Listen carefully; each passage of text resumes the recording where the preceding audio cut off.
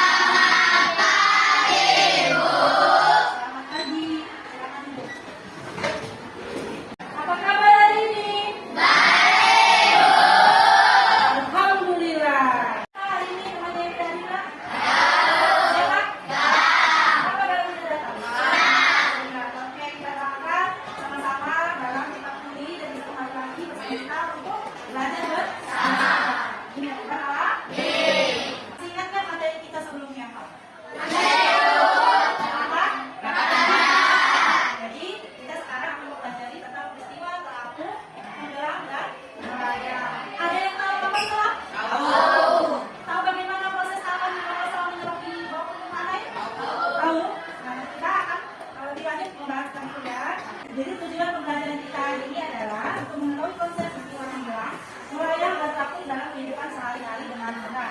Yang kedua yaitu kita mampu membandingkan peristiwa tenggelam, melayang dan terapung. Nah sebelumnya dibagi menjadi 3 kelompok. Ibu tanya, siapa yang suka mendengarkan cerita? Angkat tangan. Semua. Yang suka membaca komik? Ada? Kemudian ada yang suka belajar sambil praktik? Nah, jadi Ibu minta nanti bukan kelompok yang di sini untuk yang suka mendengarkan cerita, mendengarkan dongeng. Yang di sini kelompok yang suka membaca komik, yang di sana suka praktek. Oke, itu kelompoknya. Kamu mana? Ada 3 kelompok. Di sini adalah kelompok yang menyimak, mendengarkan. Di sini membaca, yang di sini mempraktekkan. Jadi di sini Ibu bagikan yang grup baca, nanti membaca, di sana mendengarkan ya nak ya. Nah, selagi mereka membaca, kalau di sana menunggu anak-anak lihat. Nah, tulis di sini melayang. Mana bukan ya? Melayang, mengapung, tenggelam. Kita lihat di sini ya. Oke, kita melapung, melayang dan tenggelam. Terapung, melayang, tenggelam. Benda terapung jika massa jenis benda lebih kecil daripada massa jenis zat air. Ketika kelompok siswa-siswi tipe belajar kinestetik melakukan praktek, maka kelompok siswa-siswi tipe belajar visual mengamati praktek yang dilakukan siswa-siswi kinestetik. Setelah itu, kelompok siswa-siswi tipe belajar visual akan membacakan hasil pengamatannya kepada kelompok siswa-siswi yang tipe belajar auditori. Ini kalau manusia, begini faktanya. Pernah dengar nama laut mati? Meski dimanakah laut, pada dasarnya laut mati tinggal selanjutnya tingkat kandungan garam air laut, danau atau sungai mendekati 35%, 342 gram kilometer air atau hampir 10 kali navigasi dari lautan. Angka itu membuat laut mati menjadi salah satu danau paling asing di Pulau B.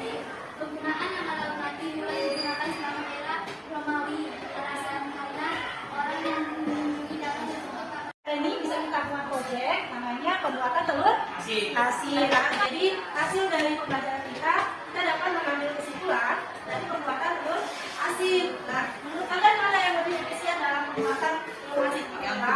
Melayang atau berabung? Melayang. Menurut yang kelompok ini, mengapa peristiwa tenggelam pada telur tidak efisien dalam pembuatan telur asin?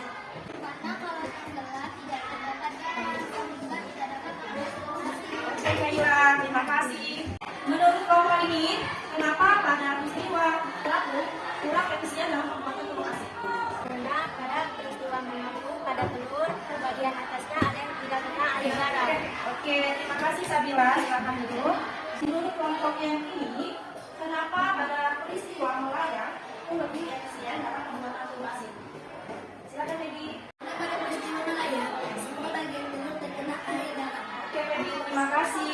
Jadi pada sekalian ya, jadi pada peristiwa tenggelam tidak dapat dijadikan telur asin karena memang pada airnya tidak terkandung garam. Nah, kenapa pada peristiwa terakhir kurang efisien? Ya karena memang pada peristiwa melayang ada bagian telur yang tidak air garam. Nah, sedangkan pada peristiwa melayang lebih efisien karena bagian telur terkena semua air garam. Oke. Sekarang kita akan membuat telur asin. Oke, kasih airnya, masukkan.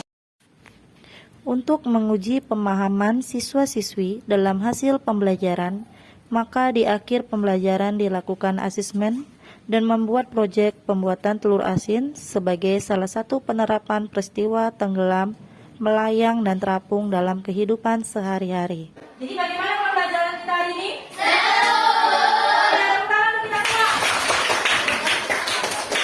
Sekian pembelajaran kita hari ini. Ketua kelas silakan pimpin doa untuk pembelajaran kita hari ini. Kita berdoa teman-teman yang berjaya masing-masing. Doa dimulai.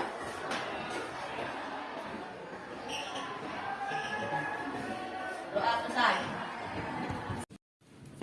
Dalam menerapkan pembelajaran berdiferensiasi, sebagai pendidik kita harus mencari tahu karakteristik siswa, yaitu dengan cara mengamati gaya belajar masing-masing siswa.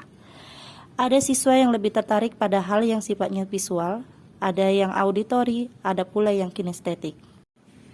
Dalam hal ini, pendidik juga dituntut untuk mempersiapkan rencana yang matang sebelum melaksanakan pembelajaran berdiferensiasi.